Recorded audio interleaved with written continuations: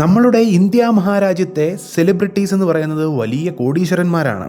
അതുകൊണ്ട് തന്നെ ഇവരുടെയൊക്കെ ആസ്തി അറിയാൻ പലപ്പോഴും നമ്മൾക്ക് ആഗ്രഹമുണ്ടായിരിക്കും. അപ്രകാരം ലോകത്തിലെ തന്നെ ഏറ്റവും വലിയ സെലിബ്രിറ്റീസ് പോലും നേടുന്നതിനേക്കാൾ സമ്പാദ്യം നേടിയിട്ടുള്ള ഇന്ത്യൻ സെലിബ്രിറ്റീസ് ഉണ്ട്.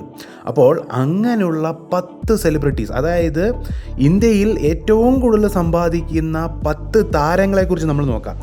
നമുക്ക് നോക്കുമ്പോൾ ഒരു കാര്യം മനസ്സിലാക്കണം, ഇത് നമ്മൾ ഫോബ്സിൻ്റെ ലിസ്റ്റ് അല്ലെങ്കിൽ ടൈംസ് ഓഫ് ഇന്ത്യ അതുപോലുള്ള പല ആർട്ടിക്കിളും കാര്യങ്ങളൊക്കെ റെഫർ ചെയ്തതിന് ശേഷമാണ് ഇങ്ങനൊരു വീഡിയോ ചെയ്യുന്നത്. അതുകൊണ്ട് തന്നെ ഒതൻറ്റിക് ആയിട്ടുള്ള ഇങ്ങനെയുള്ള കണ്ടൻറ്റ് വേണമെങ്കിൽ, ജനറൽ ആയിട്ടുള്ള നോളജാണ് നമ്മൾ കൂടുതൽ കൊടുക്കുന്നത്. അപ്പോൾ ജനറൽ ആയിട്ടുള്ള നോളജ് കൂടുതൽ വേണമെങ്കിൽ ഈ ചാനൽ ഇപ്പോൾ തന്നെ സബ്സ്ക്രൈബ് ചെയ്യുക. ഏറ്റവും സമ്പന്നരായ താരങ്ങളുടെ ലിസ്റ്റിൽ 10ാം സ്ഥാനത്തുള്ളത് അമിതാഭ് ബച്ചനാണ്. നമ്മളുടെ ലെജൻഡറി ആക്ടറായിട്ടുള്ള അമിതാഭ് ബച്ചനാണ് 10ാം സ്ഥാനത്തുള്ളത്. ആംഗ്രി യങ് മാൻ എന്നുള്ളൊരു ടൈറ്റിലൊക്കെ അദ്ദേഹത്തിന് വളരെയധികം ഇണങ്ങിയതായിരുന്നു 1970കളിൽ. ഇദ്ദേഹത്തിൻ്റെ ആദ്യ പടം എന്ന് പറയുന്നത് സാത് ഹിന്ദുസ്ഥാനി എന്ന് പറയുന്ന 1969 റിലീസായ പടമാണ്. ഏകദേശം 50 വർഷത്തോളം പല ലാംഗ്വേജുകളിൽ അല്ലെങ്കിൽ പല ഭാഷകളിലായി നിരവധി ചലച്ചിത്രങ്ങളിൽ അഭിനയിച്ചിട്ടുള്ള ആളാണ് നമ്മളുടെ അമിതാഭ് ബച്ചൻ. ഇദ്ദേഹത്തിൻ്റെ മെയിൻ വെൽത്ത് സോഴ്സ് എന്ന് പറയുന്നത് റിയൽ എസ്റ്റേറ്റ് ടെക്നോളജി, അതുപോലെ തന്നെ കോൺ ബനേഗ കരോൾപതി എന്ന് പറയുന്ന നമ്മളുടെ തന്നെ നിങ്ങൾക്കുമാകാം കോടീശ്വരൻ എന്നുള്ള പ്രോഗ്രാമിൻ്റെ ഹിന്ദി വേർഷൻ ഏറ്റവും കൂടുതൽ നാൾ ചെയ്തു എന്നുള്ളതിൻ്റെയൊക്കെ ബേസിലാണ് ഇദ്ദേഹത്തിൻ്റെ നെറ്റ്വർത്ത് ഏകദേശം $202 മില്യൺ ആയത്. അതായത് ഏകദേശം 1680 കോടി രൂപ നെറ്റ്വर्थോടു കൂടി 10ാം സ്ഥാനത്ത് ഇദ്ദേഹം വന്നത്.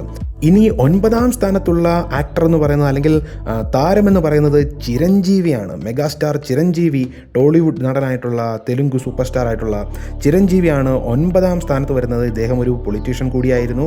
പുനാതിരലു എന്ന് പറയുന്ന 1978 ഇറങ്ങിയ പടത്തിലാണ് ആദ്യമായി ഇദ്ദേഹം ഡെബ്യൂ ചെയ്യുന്നത്.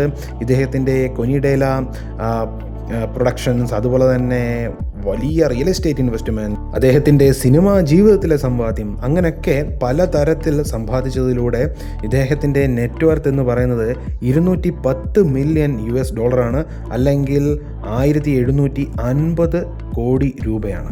ഇനി 8ാം സ്ഥാനത്തുള്ള സെലിബ്രിറ്റി അല്ലെങ്കിൽ താരമെന്ന് പറയുന്നത് അമീർ ഖാനാണ്. മിസ്റ്റർ പെർഫെക്ഷനിസ്റ്റ് ഓഫ് ബോളിവുഡ് എന്നറിയപ്പെടുന്ന അമീർ ഖാനാണ് 8ാം സ്ഥാനത്തുള്ളത്. ഇദ്ദേഹത്തിൻ്റെ ആദ്യ പടം എന്ന് പറയുന്നത് 1973 ഒരു ചൈൽഡ് ആർട്ടിസ്റ്റായിട്ടായിരുന്നു. അതിനുശേഷം ഇദ്ദേഹം 1984 ഹോളി എന്നുള്ള ഒരു പടത്തിലൂടെ ഡെബ്യൂ ചെയ്യുന്നത്. ഇദ്ദേഹത്തിൻ്റെ അമീർ ഖാൻ പ്രൊഡക്ഷൻസ് വലിയ രീതിയിലുള്ള റിയൽ എസ്റ്റേറ്റ് ഇൻവെസ്റ്റ്മെൻറ്റ്, അതുപോലെ പടങ്ങൾക്ക് ഇദ്ദേഹം ചാർജ് ചെയ്യുന്ന സാലറി, അതെല്ലാം കൂട്ടി ഇദ്ദേഹത്തിന് ഏകദേശം $224 മില്യൺ നെറ്റ്വർത്താണ് വരുന്നത്. അതായത് ഏകദേശം 1860 കോടി രൂപ. ഇനി 7ാം സ്ഥാനത്ത് വരുന്ന സെലിബ്രിറ്റി എന്ന് പറയുന്നത് കരൺ ജോഹറാണ്. നമ്മൾക്കറിയാം ബോളിവുഡിൻ്റെ ഡയറക്ടർ, പ്രൊഡ്യൂസർ, അതുപോലെ തന്നെ കോഫി വിത്ത് കരൺ എന്നുള്ള പ്രോഗ്രാമിൻ്റെ ഹോസ്റ്റ് ഒക്കെ ആയിരുന്നു ഇദ്ദേഹം. അദ്ദേഹത്തിൻ്റെ പ്രോഗ്രാം വലിയ രീതിയിൽ ഫേമസ് ആയിരുന്നു, KBC പോലെ തന്നെ. ഇദ്ദേഹത്തിൻ്റെ ഫിലിം പ്രൊഡക്ഷൻ കമ്പനിയായിട്ടുള്ള ധർമ്മ പ്രൊഡക്ഷൻസ് ഇന്ത്യയിലെ തന്നെ ഏറ്റവും വലിയ ഫിലിം പ്രൊഡക്ഷൻ കമ്പനികളിൽ ഒന്നാണ്. ഏകദേശം $226 മില്യൺ നെറ്റ്വर्थോടു കൂടി, അല്ലെങ്കിൽ 1880 കോടി രൂപയോടുകൂടി ഇദ്ദേഹം 7ാം സ്ഥാനത്താണ് വരുന്നത്.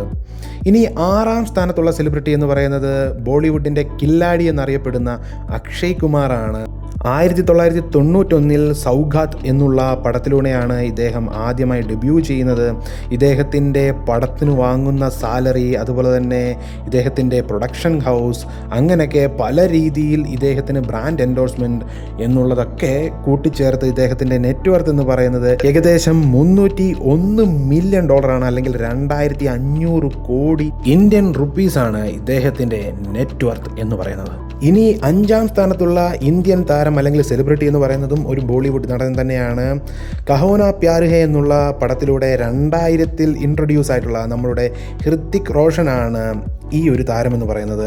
ഇദ്ദേഹത്തിൻ്റെ നെറ്റ്വർത്ത് HRX എന്ന് പറയുന്ന ഇദ്ദേഹത്തിൻ്റെ ബ്രാൻഡിലൂടെ, അതുപോലെ ഇദ്ദേഹത്തിൻ്റെ വലിയ സാലറി, അതുപോലെ റിയൽ എസ്റ്റേറ്റ് ഇൻവെസ്റ്റ്മെൻറ്റ്, അങ്ങനെയൊക്കെ പലതരത്തിൽ നെറ്റ്വർത്ത് കൊണ്ടുവന്ന ഡാൻസിനും അദ്ദേഹത്തിൻ്റെ ചാമിനുമൊക്കെ പേര് കേട്ടിട്ടുള്ള ഹൃത്തിക് റോഷൻ്റെ നെറ്റ്വർത്ത് എന്ന് പറയുന്നത് $373 മില്യൺ ആണ്, അല്ലെങ്കിൽ 3100 കോടി രൂപയാണ്.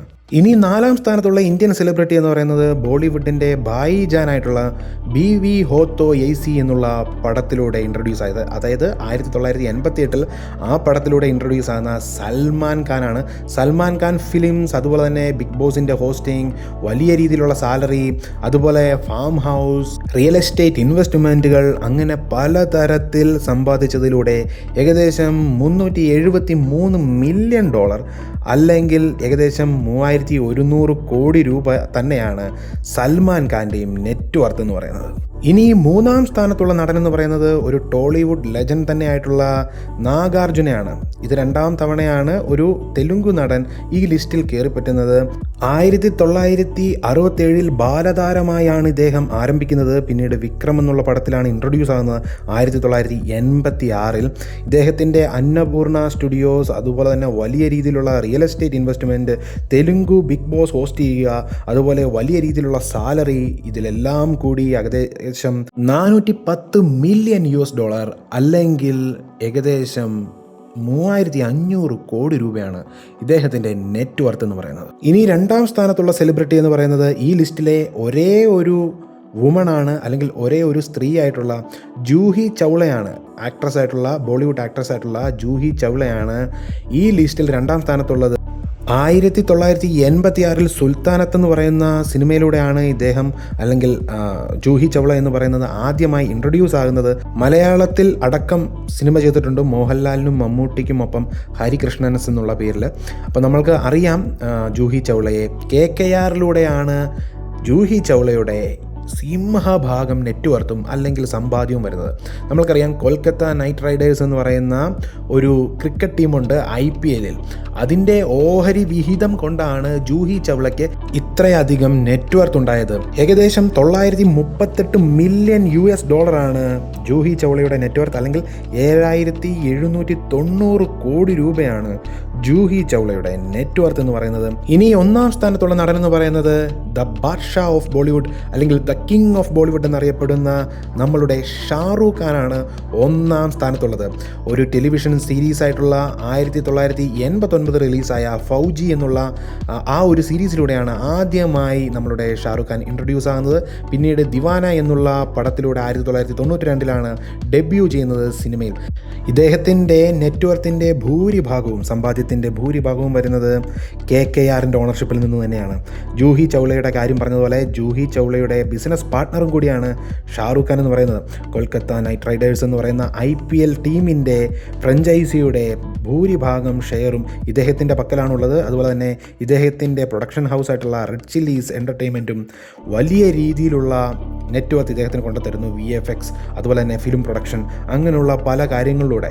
അതുപോലെ ഇദ്ദേഹത്തിന് ദുബായിലടക്കം വലിയ രീതിയിലുള്ള റിയൽ എസ്റ്റേറ്റ് ഇൻവെസ്റ്റ്മെൻറ്റ് ഉണ്ട്. അതുപോലെ ഇദ്ദേഹം ലോകത്ത് തന്നെ ഏറ്റവും വലിയ കോടീശ്വരന്മാരായിട്ടുള്ള 5 സെലിബ്രിറ്റീസ് എടുത്തു നോക്കിയാൽ അതിൽ 1-2 സ്ഥാനങ്ങളിൽ എപ്പോഴും വന്നു പോകുന്ന, അല്ലെങ്കിൽ 3-4 സ്ഥാനങ്ങളിലൊക്കെ എപ്പോഴും കാണാവുന്ന താരം തന്നെയാണ് നമ്മളുടെ ഷാറൂഖ് ഖാൻ എന്ന് പറയുന്നത്.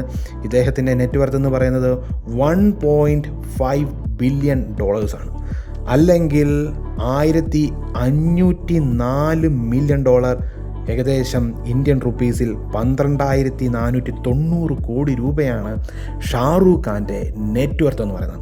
ഷാറൂഖ് ഖാനാണ് the king of Bollywood net വർത്തിൻ്റെ കാര്യത്തിലും അതുപോലെ തന്നെ സിനിമാ ജീവിതത്തിൻ്റെ കാര്യത്തിലും.